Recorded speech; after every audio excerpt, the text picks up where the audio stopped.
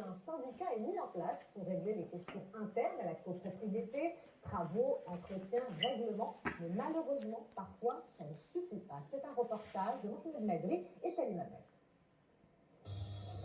Devenir propriétaire, un rêve de millions de Marocains qui peut virer au cauchemar. Parmi les troubles les plus courants qui empoisonnent la vie en copropriété, le bruit, l'encombrement des parties communes, les mauvaises odeurs. Dans la majorité des cas, heureusement, le dialogue est favorisé. Bien sûr, une résolution à l'amiable vaut mieux que faire recourir à la justice. Le syndic qui prend la posture de propriétaire, de gérant, il se met de tes affaires, combien de personnes tu reçois par jour. Je dénonce dans mon immeuble un défaut des parties communes, la sécurité et le ménage sont défaillants. Ah oui, c'est très important. Il faut choisir le voisinage avant d'acheter la maison. Sans arrangement, le copropriétaire peut entrer en litige avec le syndic pour défaut d'entretien des parties communes, par exemple. Vice-versa, le syndic peut à son tour poursuivre l'un des copropriétaires qui ne paie pas ses charges.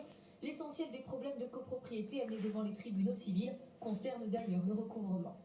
Automatiquement, ça crée un déséquilibre dans le budget et ce sont ces affaires qui sont portées devant le tribunal pour réclamer justement ces cotisations à travers une procédure accélérée, rapide et très efficace. C'est-à-dire, c'est le juge des référés qui tranche après une mise en demeure. Le constat de la mise en demeure demeurée infructueuse débouche sur une injonction de payer prononcée par le juge. Le syndic a également des devoirs. Il ne peut pas empêcher les habitants d'utiliser l'ascenseur ou le garage, par exemple, au seul motif qu'ils ne paient pas leurs charges. Ce manquement relève cette fois du pénal. Pour décrypter à la loupe le sujet, Amine Bourhout, expert en gestion de copropriété, est l'invité de ce journal. Amine Bourhout, bonsoir. Alors Salim Amnabou, on l'a vu dans son reportage, a énuméré certains tracas. Mais quels sont les problèmes les plus récurrents dans la copropriété? Dans un premier temps, je vous remercie d'avoir pour l'invitation pour commenter par rapport à ce sujet qui est très important et fait partie de notre quotidien. Donc, pour les problèmes de copropriété les plus récurrents, moi, je vais en citer deux. C'est très très important parce que il y a le recouvrement. Donc, ça la cotisation. Ouais, ça veut dire payer ses cotisations. Pour cela, il faut instaurer ce qu'on appelle des procédures de recouvrement très détaillées. Et ensuite, de toute façon, nous, on préfère aller vers l'amiable dans un premier lieu. Comme on dit toujours, l'amiable est préférable. Mais il y a des procédures d'injonction qu'il faut vraiment bien mentionner et bien détailler et expliquer aux copropriétaires lors des assemblées générales. Le deuxième point, ou bien le deuxième grand problème qu'on rencontre dans les copropriétés, c'est la partie respect du règlement intérieur.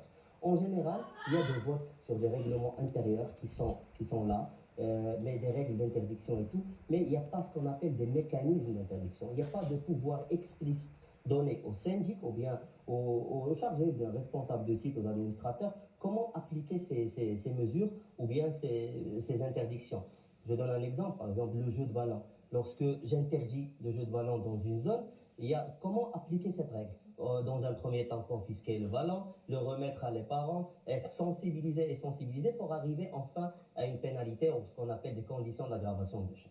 Alors, une loi régit la copropriété, est-ce qu'elle est appliquée? Est-ce qu'elle a évolué pour accompagner ces nouveaux tracas et besoins aussi des copropriétaires? Bien sûr, la loi marocaine a évolué pendant le temps. Depuis le Daher de 1946, on a eu en 2002 la loi 1800 qui a succombé qui a réglé les insuffisances du Daher en apportant quelques nouveautés. En plus, en 2016, on a eu la 106-12 qui a modifié et complété pas mal des aspects pour enfin avoir le décret de 2017 qui donne un règlement de copropriété modèle pour l'appliquer au sein des copropriétés, au sein des résidences. Mais ça reste encore améliorable, surtout avec l'évolution qu'on remarque maintenant, l'évolution technologique, l'installation des caméras de surveillance.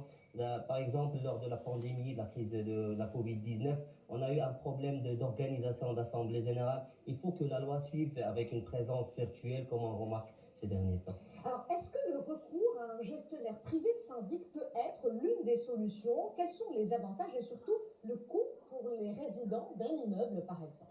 Alors, pour un syndic professionnel, sera bien sûr la solution parce que le métier de syndic est un avantage, plutôt est un métier à part entière. Donc, il faut ce qu'on appelle des atouts techniques, des atouts administratifs, financiers et administratifs. Ce qui fait, lorsqu'on applique ça, le syndic, il a beaucoup d'expérience par rapport à ça, un syndic professionnel. Aussi, par rapport aux avantages d'un syndic professionnel, il y a l'objectivité. L'objectivité, ça veut dire qu'il fait un traitement sur le même pied d'égalité pour tous les copropriétaires. Pas de paiement, passer à l'amiable, ensuite on passe à la procédure d'injonction. Tout le monde est sur le même pied d'égalité. Et après, il y a un pouvoir de négociation pour les résidences. Ça veut dire qu'un syndic peut donner aux prestataires plusieurs marchés. Ce qui fait, ça nous donne ce qu'on appelle un pouvoir de négociation et c'est de la quantité qu'il faut. Donc un syndic professionnel, il est là pour veiller sur le bien-être des copropriétaires avec un coût qui varie toujours entre 20 et 25% d'augmentation par rapport à la cotisation normale.